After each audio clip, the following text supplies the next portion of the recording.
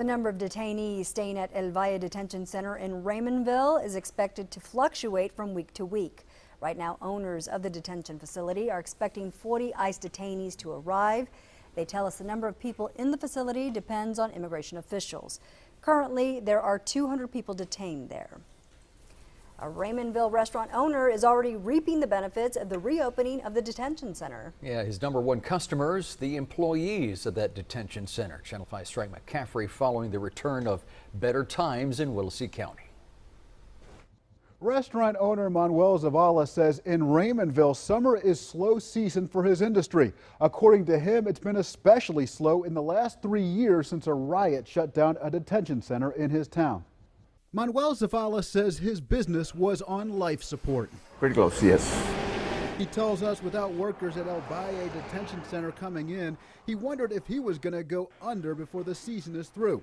Now, with training underway, Zavala says business has taken a turn. He says the new business from prison workers have kept him open and he will survive the summer. Now, that's good news because just weeks ago, he thought he was going to have to close down like so many of his neighbors here in Raymondville. He's more upbeat these days because he's found the new business from prison staff over the last 2.5 weeks tends to be lucrative. Because they come in bunches, 8 or 9 or 10, one time after they get out. Zavala adds he isn't the only one feeling better about the new customers. His wait staff is smiling more these days too. To come in, the more tips they make.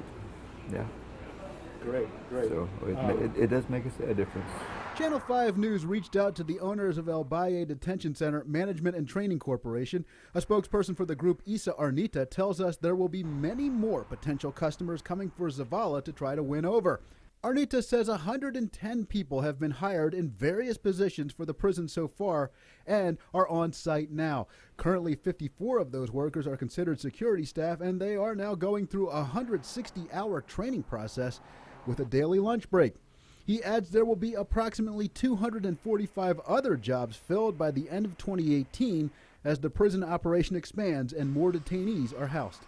Channel 5 News reached out to Raymondville Mayor Gilbert Gonzalez. He tells us the reopening of the detention center has created a lot of jobs, boosted the local economy, and had nothing but good reviews in the city. He adds if someone in the city had something wrong with it, they would have called him by now, and no one has.